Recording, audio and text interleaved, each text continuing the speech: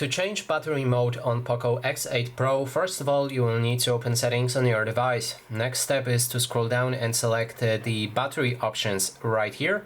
And after that, you can go into the current mode, which allows you to change between ultimate mode, which should boost performance of your device, but at the same time, it will lower the battery time remaining for your phone. It will just discharge quicker as your phone enters more performance-based mode. Then there's the balance, which tries to balance everything out. That means the battery capacity, battery time, and the performance on your device.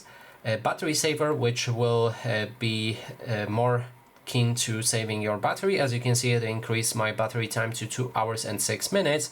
And lastly, we have ultra battery saving, which will change our phone drastically.